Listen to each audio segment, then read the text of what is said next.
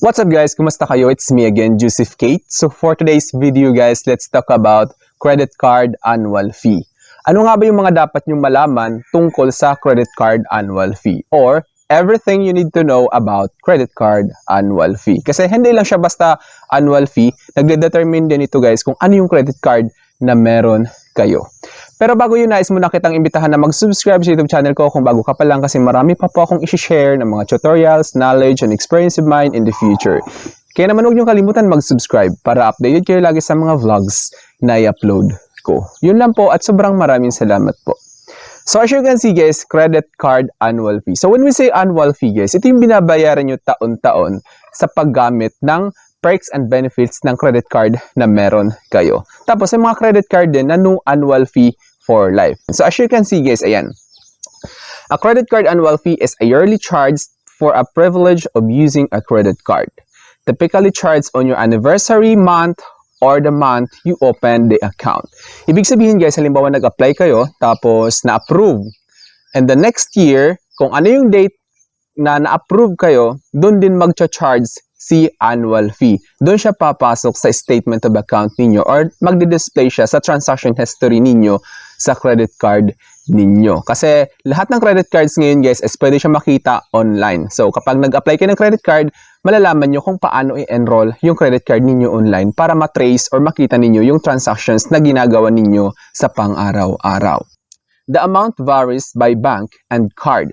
So nakadepende siya sa bangko at saka nakadepende rin sa klase ng credit card na meron kayo.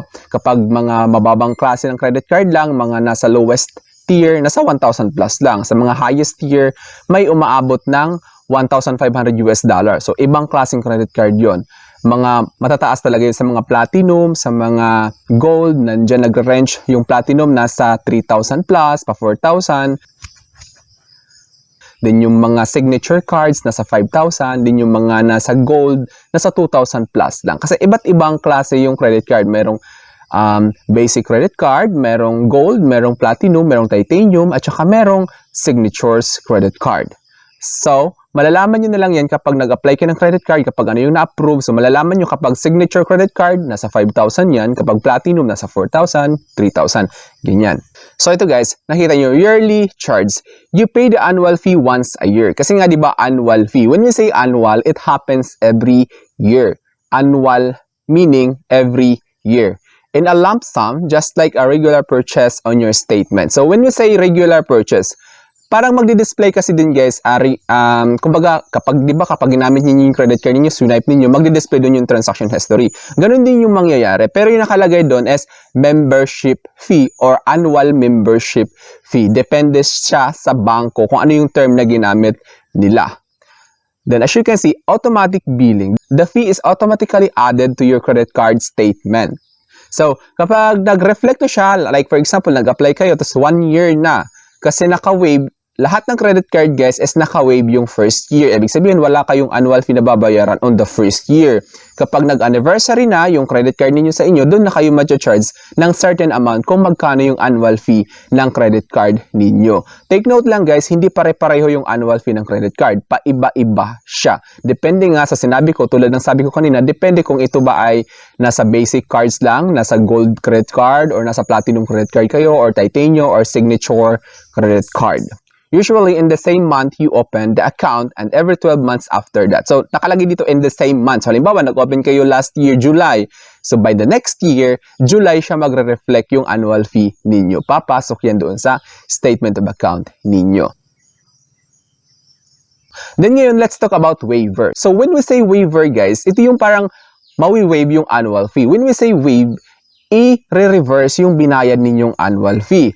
Depende siya sa bank or sa credit card ninyo kapag na-reach ninyo yung certain amount or spending requirement para ma-waive or para maging free para ibalik yung annual fee na binayad ninyo. Some banks offer a free first year or a waiver. So, tulad ng sabi ko kanina, first year is lahat ng credit card is wala kang babayaran. On the anniversary date kayo matcha-charge ng certain amount kung magkano yung annual fee ng credit card na yon.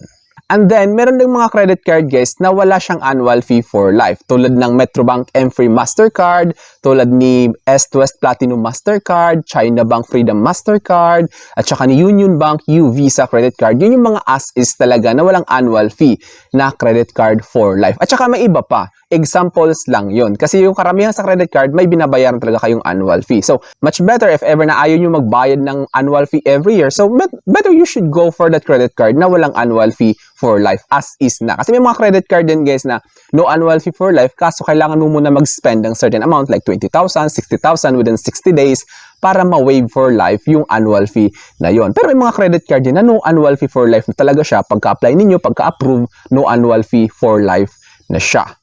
Then, no annual fee cards. So ito, tulad ng sabi ko kapalang, you can find cards that don't charge any fees for life such as PNB Zelle Mastercard or certain AUB cards. So, ito guys, example lang ito. Pero tulad ng sabi ko, meron din sa Union Bank, yung U-Visa, yung Freedom Mastercard ni China Bank, yung Platinum Mastercard ni East West, at saka yung ni Metrobank, yung M-Free Mastercard. Si BDO guys, wala silang credit card na no annual fee for life. Lahat sila may credit card annual fee. Tapos si BPI din, nag-o-offer lang sila ng waiver, which is kapag na-reach ninyo yung minimum requirement or spending requirement, ganoon din si BDO actually. Kapag na-reach ninyo yung spending requirement, pwedeng ma-reverse yung annual fee na binayad ninyo. Pero wala silang as-is credit card na no annual fee for life. Si Metrobank, China Bank, at saka si PNB, sila yung nag-o-offer ng no annual fee for life as is, at saka si Union Bank. Inuulit ko lang, sorry, para at least clear sa inyo. So, annual fee waivers. Banks may offer to waive the annual fee if you meet certain spending requirements tulad ng sabi ko or have specific account types like BPI Gold Rewards Card first year waiver. So, tulad ng sabi ko, lahat naman ng credit card is naka-waive yung first year. Then, ito sa BPI Gold Rewards Card, guys, is may mga ino-offer sila na spending requirement kung magkano. Halimbawa, 240,000. So, automatic marireverse yung binayad ninyong credit card annual fee. Ganun siya.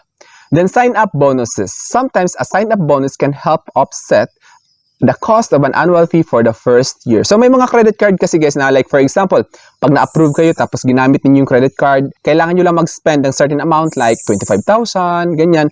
Mayroong sinasabi sign-up bonus, may cashback, welcome cashback na sinasabi. Tulad kay BDO, meron silang welcome cashback sa mga Platinum Mastercard, sa mga depende siya sa deals ng banks na ino-offer. Nagte-text naman sila sa registered mobile number kaya naman kapag nag-apply kayo ng credit card, just make sure guys na active yung mobile number na yon at kailangan nyo yun para makareceive kayo ng mga future informations like for example promotions, like para sa mga annual fee, kung paano ma-reverse, then mga deals para magkaroon kayo ng cashbacks, something like that. Kaya crucial part guys is kailangan yung siguraduhin na active yung email or mobile number na ginamit niyo kapag nag-apply kayo ng credit card.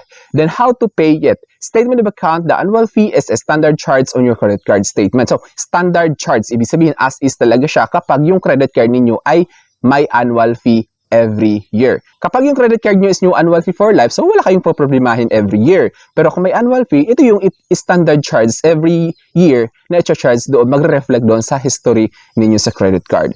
So ito guys, quick reminder lang na yung credit card is naglalaman ng confidential details. Kapag nag-apply kayo, just make sure, inuulit-ulit ko to, make sure to protect your credit card details. Yung card number, expiry date, at saka yung CVV or CVC sa likod. So I think that's it for now. Thank you so much for watching. Don't forget to subscribe. It's me again, Joseph Kate, that says, we don't have cash because we go for cashless transactions. Bye-bye!